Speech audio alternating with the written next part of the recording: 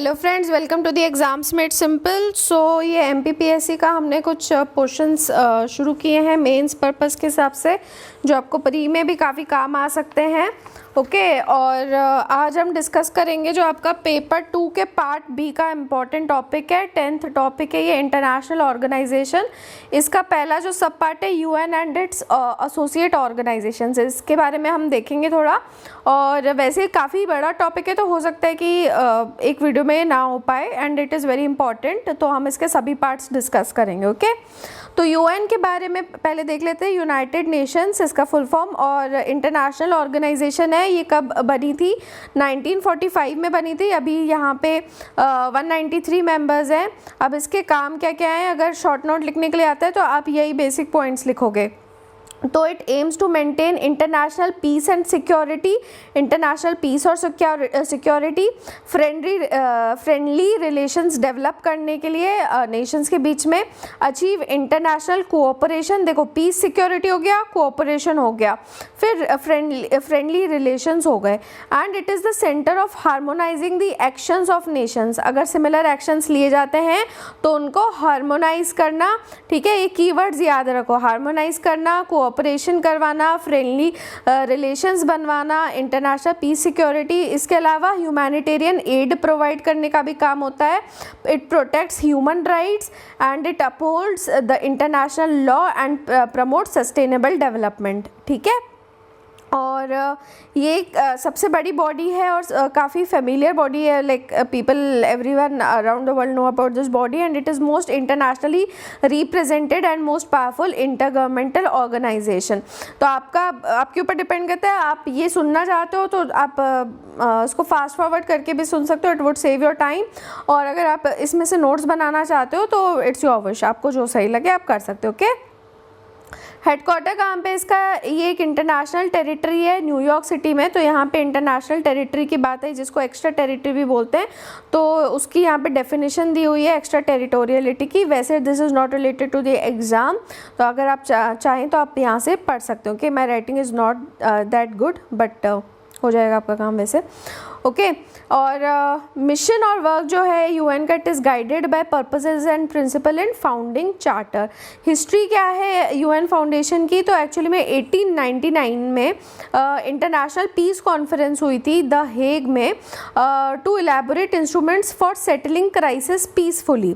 ठीक है, तो कोई भी अगर उस टाइम पे जैसे बहुत ज़्यादा वर्ल्ड ऑर्डर बिगड़ा हुआ था, कोई उस टाइम पे तो कोई बॉडी नहीं थी, तो उसको पीसफुली सेटल करने के लिए, वॉर्स को प्रिवेंट करने के लिए और वॉरफेयर के जो रूल्स होते हैं, रूल्स को कोडिफाई करने के लिए क्या हुआ था कि उस टाइम पे 1899 में फिर एक कन्वेंशन अडॉप्ट किया गया था for Pacific settlement of international disputes. Okay, और उसी से फिर स्टैब्लिश किया गया था पीसीए को। पीसीए क्या था? Permanent council of arbitration, permanent council of arbitration. Okay, और इसने काम करना शुरू किया था 1902 में, एंड उस टाइम पे इट वाज फोररनर ऑफ आईसीजे, जो यूएन का अभी पार्ट है इंटरनेशनल कोर्ट ऑफ जस्टिस। तो उसका फोररनर पीसीए यानी परमानेंट कोर्ट ऑफ आर्बिट्रेशन था। ओके, और यूएन जो है उसका फोररनर कौन था? तो वो लीग ऑफ नेशंस था, which was conceived in circumstances of world war 1। तो वर्ल्ड वॉर 1 के ख़त्म होने के बाद लीग ऑफ नेशंस को कंसीव किया गया था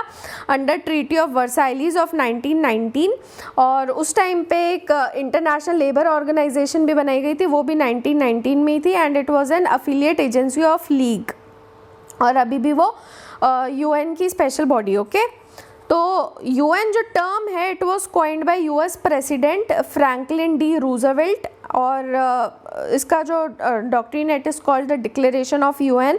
इसको साइन किया गया था 1942 में। याद रखना, इसके पहले इसका डॉक्ट्रिन जो था डिक्लेरेशन ऑफ यूएन, उसको 1942 में 26 नेशंस ने साइन किया था। एंड उस टाइम पे जो इसको बनाया गया था, it was against to fight against the axis powers. ठीक है, तो एक्सेस पावर्स थे जो रोम, बर्लिन और टोक्यो, उनके अगेंस्ट फाइट करने के लिए 1942 में इसका डॉक्ट्रिन बनाया गया था। और फिर यूएन कॉन्फ्रेंस जो हुई थी ऑन इंटरनेशनल ऑर्गेनाइजेशंस 1945 में, तो सैन फ्रांसिस्को यूएस में हुई थी। उस टाइम पे 50 कंट्रीज़ ने अटेंड किया था and they sign the UN charter. तो यूएन चार्टर कब आया था आपका? 1945 में आया था, which is the foundational document of UN. ठीक है, it is the foundational treaty of UN. अब ऑर्गन्स की बात करते हैं, आपका यहाँ पे काफ़ी ज़्यादा अच्छे से क्लियर हो गया था, यहाँ पे हमने हो गया होगा। ठीक है, तो यूएन के बारे में भी बता दिया, उसके एम्स क्या है बता दिया, उसकी हिस्ट्री क्या है वो भी आपको बता दिया, and how the treaty was signed, इसका फाउंडेशनल ट्रीटी भी आपको बता दिया। अब मेन ऑर्गन्स की अगर बात करें, दीज आर ऑर्गन्स, याद रखना ऑर्गन्स स्पेशल बॉडीज एसोसिएटेड, इन सब में अंतर होता है। ठीक है, तो ये ऑर्गन्स इसके 6 हैं और 6 के 6 1945 में बने थे। जनरल असेंबली, सिक्योरिटी काउंसिल, इसको आपने यूएनएससी सुना भी होगा बहुत ज़्यादा टर्म, यूएनजीए जनरल असेंबली के लिए। देन इकोसॉक या फिर इकोनॉमिक एंड सोशल काउंसिल, ठीक है, इकोसॉक। फिर trusteeship council, international court of justice, वही आईसीजे जिसके भी बात करी थी कि उसका फोरनर कौन था? PCA, right, okay. और 6th जो है वो है यूएन सेक्रेटेरिएट। तो एक एक करके देखेंगे क्योंकि इसके ऊपर भी आपसे डायरेक्टली शॉर्ट नोट पूछा जा सकता है इनमें से किसी भी ऑर्गन के ऊपर। तो जनरल असेंबली जो है वो मेन डेलिबरेटिव, पॉलिसी मेकिंग और रिप्रेजेंटेटिव ऑर्गन है यूएन का। डेलिबरेटिव, पॉलिसी मेकिंग, तो यहाँ पे पूरा मतलब वही जैसे हमारी सांसद हो गई, तो मेन डिस्कशन वगैरह पॉलिसीज यहाँ पे बनाई जाती है। और ये रिप्रेजेंटेटिव ऑर्गन है यूएन का। यहाँ पे 193 मेंबर्स स्टेट्स जो हैं उनकी अकेली ऐसी यूएन बॉडी, और इसका यहाँ पे इन सारे मेंबर्स का यूनिवर्सल रिप्रेजेंटेशन है। ये कब मिलते हैं याद रखना है, ये हर सितंबर में मिलते हैं, एवरी सितंबर। कहाँ पे मिलते हैं? जनरल असेंबली हॉल है न्यूयॉर्क में, वहाँ पे मिलते हैं। तो जो इम्पॉर्टेंट क्वेश्चंस होते हैं, मतलब यहाँ पे अब कैसा प्रोसीजर क्या रहता है, तो अगर कोई इम्पॉर्टेंट मैटर है पीस एंड सिक्योरिटी का, या नए मेंबर को एडमिशन देने का, या बजटरी मैटर है, तो उस पर 2/3 मेजॉरिटी से वो डिसीजन लिया जाता है। और अगर सिंपल क्वेश्चंस होते हैं तो सिंपल मेजॉरिटी। और प्रेसिडेंट जो है वहाँ का जनरल असेंबली का, याद रखना हर साल इलेक्ट किया जाता है, एवरी फॉर 1 ईयर टर्म, ठीक है ना, तो इसलिए हर साल इलेक्ट किया जाता है। अब जनरल असेंबली की खुद की 6 मेन कमिटीज़ हैं, तो अब देखो कोई भरोसा नहीं है, they can simply ask you name the 6 committees, okay. तो याद रखना, एक है डिसआर्मामेंट और इंटरनल सिक्योरिटी की, सेकंड है इकोनॉमिक और फाइनेंशियल की। अब ये भी याद रखना है कि इकोनॉमिक और फाइनेंशियल की अलग है, और आपके बजटरी के लिए अलग है। बजटरी की आपकी एडमिनिस्ट्रेटिव के साथ है, ठीक है, budgetary and administrative are together, economic and financial committees together. फिर डिसआर्मामेंट और इंटरनल सिक्योरिटी की है। फिर एक सोशल, ह्यूमैनिटेरियन और कल्चरल कमिटी है, social, humanitarian and cultural committee है। उसके अलावा एक लीगल कमिटी है, और 6th कमिटी आपकी स्पेशल पॉलिटिकल एंड डीकोलोनाइजेशन की। एक बार यहाँ पे आप अच्छे से देख लो, this is disarmament and internal security, economic and financial, social, humanitarian, cultural, special political and decolonization, administrative and budgetary, और 6th कौन सी है? Legal committee. हर मेंबर स्टेट का एक इंसान यहाँ पे प्रेजेंट रहता है, ओके। मतलब हर मेन कमेटी में, जो भी मेन कमेटी है वहाँ पे रहता है। इसके अलावा इसकी वैसे दूसरी और कमेटी है, जैसे एक जनरल कमेटी है, तो वो है ना एक्चुअली में जो भी जनरल असेंबली की प्रोग्रेस होती है उसको रिव्यू करने के लिए ये लोग मिलते हैं, ओके। ये इसकी मेन कमेटी नहीं है, पर एक ऐसी जनरल कमेटी है, और इसमें यूएनजीए का प्रेसिडेंट और ये जो 6 कमिटीज़ हैं इसके चेयरमैन जो होते हैं वो उसके मेंबर होते हैं। तो जनरल कमेटी में आपका प्रेसिडेंट होता है plus the chairman of 6 main committees, okay. इसके अलावा एक क्रेडेंशियल कमेटी होती है। तो क्रेडेंशियल कमेटी काय के लिए होती है? देखो मैंने आपको बताया कि हर कंट्री का एक मेंबर होता है वहाँ पे, तो जो रिप्रेजेंटेटिव्स हैं मेंबर स्टेट्स के, उनके क्रेडेंशियल्स को एग्जामाइन करने के लिए और फिर उसको जनरल असेंबली को रिपोर्ट करने के लिए क्रेडेंशियल कमेटी रहती है, ठीक है। अब तीसरे आते हैं, सेकंड आते हैं सॉरी हम यूएनएससी यानी सिक्योरिटी काउंसिल पे। तो इसके नाम में ये सिक्योरिटी, तो इसका प्राइमरी रिस्पॉन्सिबिलिटी क्या है, इंटरनेशनल पीस और सिक्योरिटी को मेंटेन करना। अब याद रखना इसमें 15 मेंबर्स हैं, जिसमें से 5 जो हैं वो परमानेंट हैं। कौन कौन है आपका, यूएस, यूके, चाइना हर टाइम वीटो करता रहता है, पहले यूएस और रशिया करते थे। तो यूएस रशिया वही था कि काफ़ी ज़्यादा मतलब कोल्ड वॉर की वजह से भी उस टाइम पे इस तरीके से वीटो वगैरह होता रहा था। तो इसलिए आपको कंट्रीज़ ही आप ये याद रख सकते हो, यूएस रशिया कोल्ड वॉर से याद रख सकते हो। चाइना अभी पूरा टाइम हमारे मतलब इंडिया का कभी मैटर आता है तो यही आके वीटो करते हैं। इसके अलावा यूके और फ्रांस 2 यूरोपियन कंट्रीज़ हैं, ये याद रखना, ठीक है।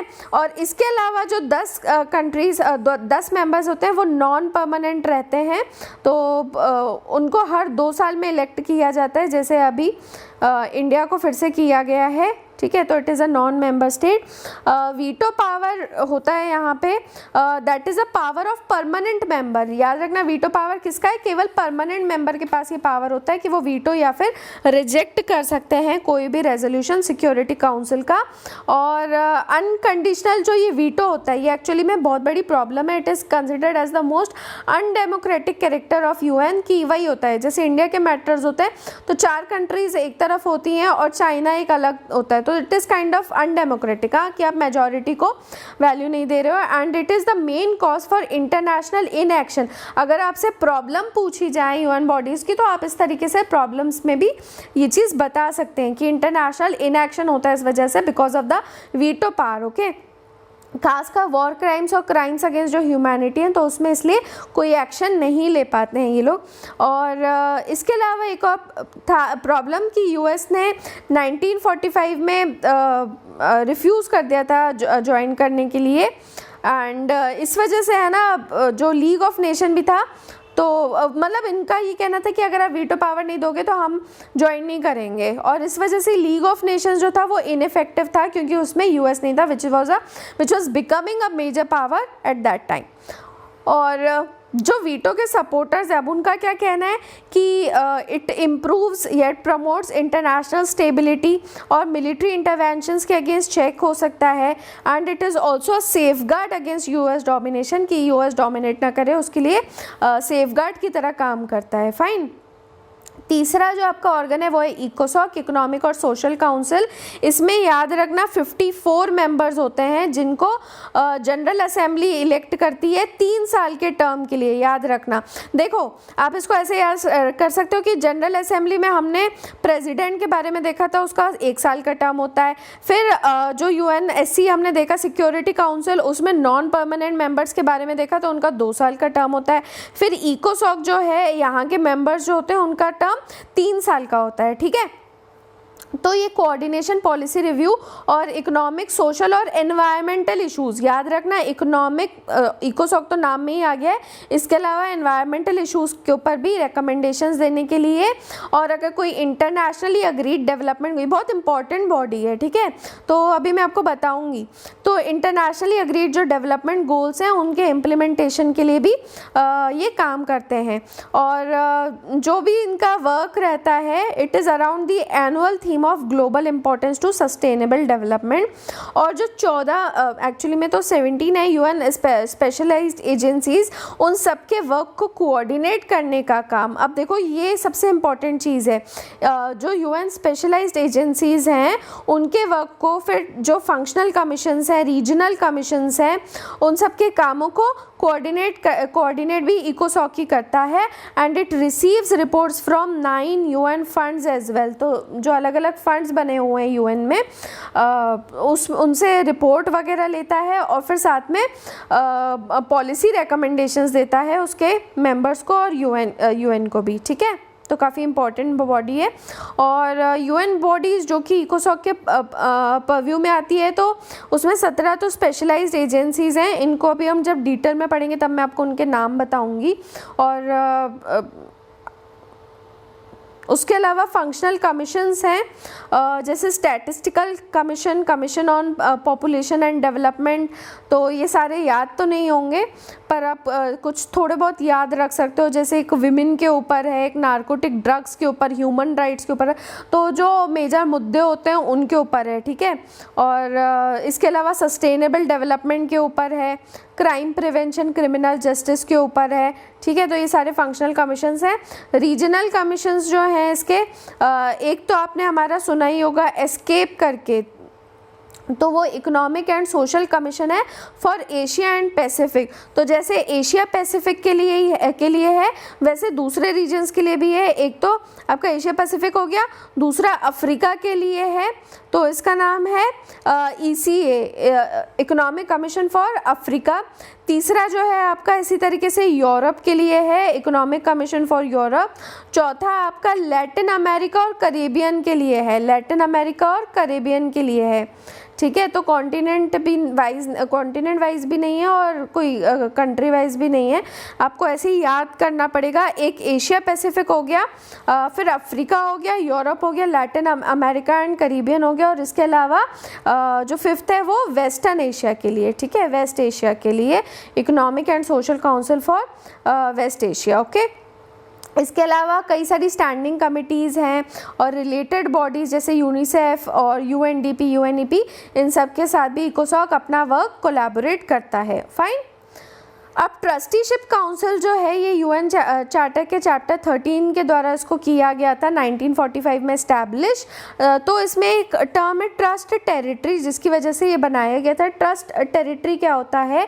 ये नॉन सेल्फ गवर्निंग टेरिटरी होता है। नॉन सेल्फ गवर्निंग मतलब जैसे हर टेरिटरी का आपको पता है कि खुद की गवर्नमेंट हो गई, भाई इंडिया है तो इंडिया की खुद की गवर्नमेंट है, US है तो उसकी गवर्नमेंट है, तो ऐसी कोई टेरिटरी जिसकी खुद की कोई गवर्नमेंट ना हो, नॉन सेल्फ गवर्निंग हो, उसको एक एडमिनिस्ट्रेटिव अथॉरिटी के अंडर प्लेस किया गया था by trusteeship council of UN, ठीक है।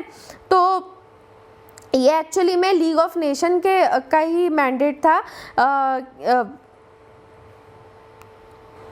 तो एक्चुअली में क्या था कि जब लीग ऑफ नेशन था तो उस टाइम पे इन टेरिटरीज़ को लीग ऑफ नेशन मैंडेट कहा जाता था। ये एक लीगल स्टेटस दिया जाता था कुछ टेरिटरीज़ को, and they were transferred from control of one country to another. उस टेरिटरी को फिर एक कंट्री के कंट्रोल से दूसरे के पास ट्रांसफ़र कर देते थे, और ये वर्ल्ड वॉर 1 के बाद में ऐसा हो रहा था, and this was done on behalf of league of nation. और UN ट्रस्ट टेरिटरीज़ जो हैं ये सक्सेसर्स हैं, जो भी बची हुई लीग ऑफ नेशन मैंडेट्स थे उन्हीं को ट्रस्ट टेरिटरी कहा जाता है। और इसमें क्या होता था कि ट्रस्टीशिप काउंसिल को इंटरनेशनल प्रोविज़न देना होता था ये 11 ट्रस्ट टेरिटरीज़ को, और इन टेरिटरीज़ को एक्चुअली में रखा गया था under the administration of 7 member states. जो ऑलरेडी मेंबर स्टेट्स थे उनके एडमिनिस्ट्रेशन में ट्रस्ट टेरिटरीज़ को रखा गया था, और इनका काम क्या था? इनको ये इंश्योर करना था कि एडिक्वेट स्टेप्स लिए जा रहे हैं to prepare them for self government and independence. उनका खुद का गवर्नमेंट वो बना पाएँ और इंडिपेंडेंटली वर्क कर पाएँ, ये काम था। ये किसको करना था? ये करना था जो भी मेंबर स्टेट्स हैं जिनके अंडर उसका एडमिनिस्ट्रेशन रखा गया है, ठीक है। फिर क्या हुआ, 1994 तक सारी जो ट्रस्ट टेरिटरीज थी उन्होंने सेल्फ गवर्नमेंट अटेन कर ली थी, इसलिए ट्रस्टीशिप काउंसिल को फिर याद रखना उसके ऑपरेशंस को सस्पेंड कर दिया गया था ऑन 1 नवंबर 1994, ओके। 1994 में ट्रस्टीशिप काउंसिल के ऑपरेशन सस्पेंड हो गए थे, ये याद रखना। अब इंटरनेशनल कोर्ट ऑफ जस्टिस जो है it is the principal judicial organ of UN, 1945 में इस्टेब्लिश हुआ था, 46 में वर्क करना शुरू किया था। It is the successor of PCIJ यानी permanent court of international justice, या फिर जिसको हम PCA तो और पुराना हो गया था। तो 1902 में मैंने आपको बताया कि उस टाइम पे इस्टेब्लिश हुआ था, and this was established, PCIJ जो था it was established bye league of nation in 1920, okay. फिर सेक्रेटेरिएट है, सॉरी यहाँ पे थोड़ी स्पेलिंग मिस्टेक हो गई है। तो सेक्रेटेरिएट जो है उसमें कौन कौन रहता है? एक तो सेक्रेटरी जनरल रहता है, ओके। तो अब आपको मुझे बताना है कि अभी सेक्रेटरी जनरल कौन है, फाइन। और इंटरनेशनल यूएन स्टाफ मेंबर्स रहते हैं जो कि वहाँ का डे टू डे वर्क होता है, जो भी जनरल असेंबली उनको देती है तो वो सारे काम ये कैरी आउट करते हैं, या फिर कोई दूसरे प्रिंसिपल ऑर्गन्स भी। और मतलब एक तरीके से समझ लो कि काइंड ऑफ एग्जीक्यूटिव टाइप का हो गया ये, ठीक है। और सेक्रेटरी जनरल जो होता है वो चीफ एडमिनिस्ट्रेटिव ऑफिसर होता है ऑर्गेनाइजेशन का, and he is appointed by UNGA on recommendation of UNSC. तो यूएनएससी रेकमेंड करता है, फिर अपॉइंट कौन करता है, यूएन जनरल असेंबली अपॉइंट करती है किसको, सेक्रेटरी जनरल को ऑफ सेक्रेटेरिएट, ठीक है। और इनका टर्म कितने टाइम का होता है, ये 5 साल का होता है, 5 साल का रिन्यूएबल टर्म होता है, यानी दोबारा उनको बनाया जा सकता है। तो यूएन फैमिली की अगर बात करें तो इसमें आपका यूएन सिस्टम मतलब यूएन सिस्टम किस किस चीज़ का कंसिस्ट करता है। एक तो 6 आपके ऑर्गन्स हो गए, then there are affiliated programmes and funds and specialised agencies. कुछ अफिलिएटेड प्रोग्राम्स और फंड्स देख लेते हैं, तो आपको दोनों में अंतर पता होना चाहिए, स्पेशलाइज्ड एजेंसी और फंड्स एंड प्रोग्राम है। अब यूनिसेफ जो है ये फंड है, ठीक है, यूएन चिल्ड्रंस फंड, याद रखना यूएन चिल्ड्रंस फंड है। और इसका पहले एक्चुअली में नाम था UN international children's emergency fund. आपको वैसे यही याद रहता होगा, कई लोगों को मतलब यही याद रहता है। And it was created in 1946। और उस टाइम पे क्या काम था इसका, यूनिसेफ का काम था कि वर्ल्ड वॉर 2 जो हुआ था तो उसमें मतलब कई कंट्रीज जो एकदम डिवास्टेट हो गई थी, तो वहाँ के बच्चों को, वहाँ के जो चिल्ड्रन है और वहाँ की उनकी माँओं को हेल्थ केयर प्रोवाइड करना और इमरजेंसी फूड प्रोवाइड करना, ठीक है। तो that is why it is known as children's emergency fund, कि वर्ल्ड वॉर 2 के बाद जो डिवास्टेटेड कंट्रीज थी तो वहाँ के लोगों को, खासकर चिल्ड्रन एंड मदर को इमरजेंसी फूड और हेल्थ केयर प्रोवाइड करना। फिर इसका एक्सपेंशन हुआ था 1950 में, और जो लॉन्ग टर्म नीड्स होती हैं डेवलपिंग, मतलब सारी डेवलपिंग कंट्रीज़ में जो बच्चों की और वही मदर्स की, विमेन की जो लॉन्ग टर्म नीड्स होती है उसको एड्रेस करने के लिए। और फिर 1953 में इसे परमानेंट पार्ट बना लिया गया था यूएन सिस्टम का। एंड इसीलिए जो है उसके इंटरनेशनल और इमरजेंसी टर्म जो है उसको ड्रॉप कर दिया गया था, लेकिन वो एक्रोनिम वैसा का वैसा ही रह गया है। इसका जो एग्जीक्यूटिव बोर्ड रहता है उसमें 36 मेंबर होते हैं जो कि पॉलिसीज़ बनाते हैं, प्रोग्राम्स अप्रूव करते हैं, इनका काम यही रहता है। एडमिनिस्ट्रेटिव और फाइनेंशियल प्लान्स देखना, और जो मेंबर्स रहते हैं उनको देखो। अब इकोसॉक मैंने आपको कहा था कि ये सब चीज़ों में कोलैबोरेट करता है। So the government representatives are elected by UN इकोसॉक फॉर 3 ईयर टर्म। तो याद रखना यूनिसेफ की बात कर रहे हैं, इसका जो एग्जीक्यूटिव बॉडी होती है, एग्जीक्यूटिव बोर्ड होता है, उसके मेंबर्स को कौन इलेक्ट करता है, इकोसॉक करता है for a term of 3 year, okay. और इसमें कंट्रीब्यूशन कहाँ से आता है, क्योंकि फंड है, ठीक है, तो फंड में कहाँ से आता है, तो गवर्नमेंट और प्राइवेट डोनर्स दोनों देते हैं। एंड जो भी डिस्ट्रीब्यूशन होता है सप्लाई डिवीजन से, सप्लाई डिवीजन कहाँ पर है, इसका कोपेनहेगन में है, डेनमार्क में, okay. Supply division Copenhagen Denmark में है, लेकिन याद रखना हेडक्वार्टर जो है इसका वो न्यूयॉर्क में है, ओके। न्यूयॉर्क में है यूनिसेफ का हेडक्वार्टर। तो यहाँ से वैक्सीन्स वगैरह, एंटी रेट्रोवायरल मेडिसिन्स चिल्ड्रन और मदर्स के लिए विथ HIV, और साथ में न्यूट्रिशनल सप्लीमेंट्स, ये सब यहाँ से दिया जाता है। और इसके अलावा इमरजेंसी शेल्टर्स और एजुकेशनल सप्लाईज भी प्रोवाइड करवाए जाते हैं। सप्लाई डिवीज़न कहाँ पर है, कोपेनहेगन में, ओके। नेक्स्ट है यूएन पॉपुलेशन फंड, जिसको UNFPA कहते हैं। वही इसका भी एक्रोनिम पहले वाला है, लेकिन नाम थोड़ा बदल गया है। पहले इसका नाम था UN fund, F is for fund for population activities, ठीक है, पॉपुलेशन एक्टिविटीज़ के लिए फंड बनाया गया था। और it is the UN sexual and reproductive health agency. तो इसका मिशन क्या है, क्या चीज़ें इंश्योर करना कि every pregnancy is wanted, every delivery is safe, तो पूरा पॉपुलेशन एक्टिविटी से रिलेटेड है, okay. And every young persons potential is fulfilled, okay. Pregnancy is wanted, delivery is safe and young persons potential is fulfilled. तो 2018 में UNFPA ने ऐसा effort भी launch किया था, मतलब इनका एक रीसेंट डेवलपमेंट है 3 ट्रांसफॉर्मेटिव रिजल्ट्स अचीव करने के लिए, कि जो अनमेट नीड्स होती हैं फैमिली प्लानिंग की। अनमेट नीड्स क्या होती हैं कि वे people want to use contraceptions and various other methods for family planning, और उनको वो सब चीज़ें नहीं मिल पाती हैं, तो उसको अनमेट नीड्स कहते हैं। They want but they can't access, okay.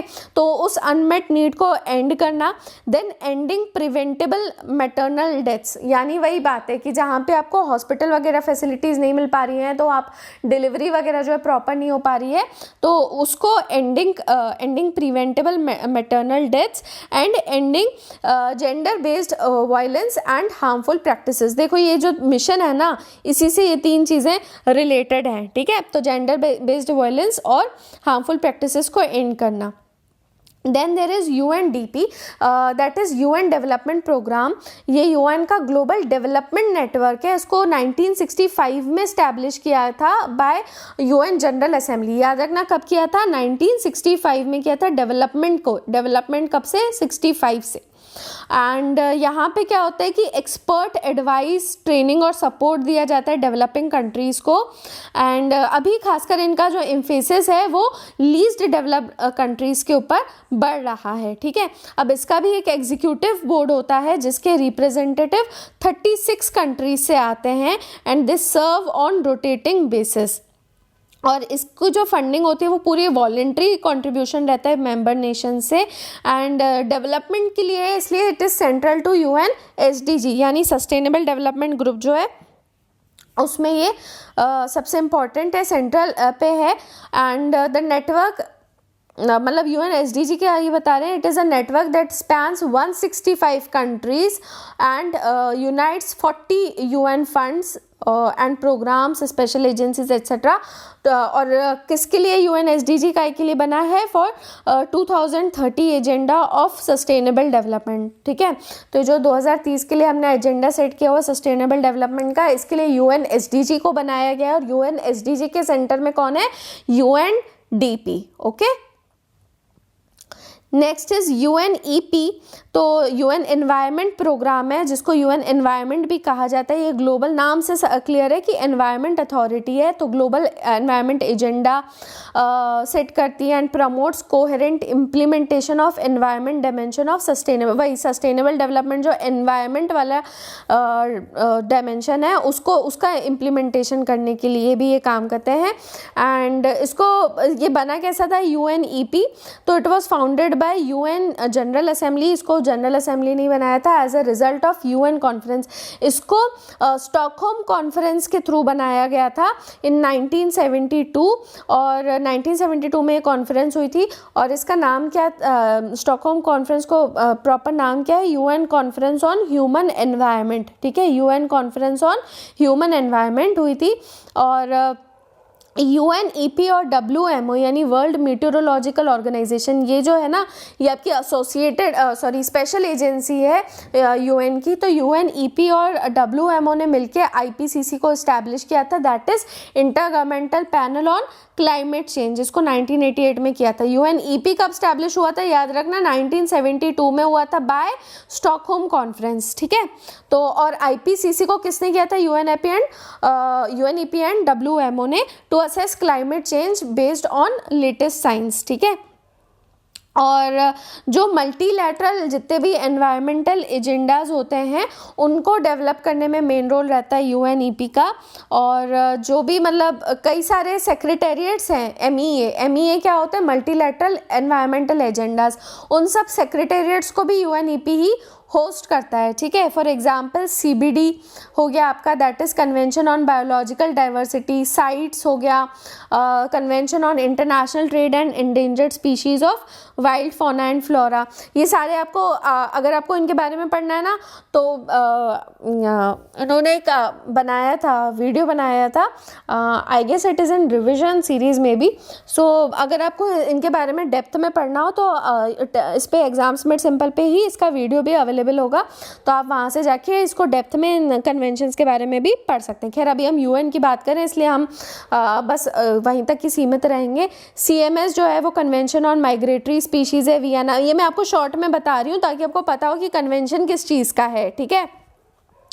ये CBD बायोलॉजिकल डाइवर्सिटी का है, साइट्स इंटरनेशनल ट्रेड का है, ये CMS migratory birds migratory species का है।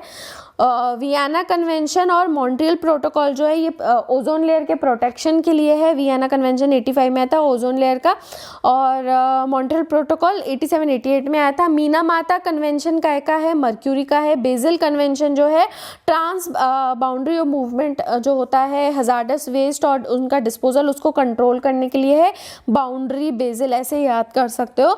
स्टॉकहोम जो है वो आपके POPs के लिए यानी कि परसिस्टेंट ऑर्गेनिक पोल्यूटेंट्स के लिए है।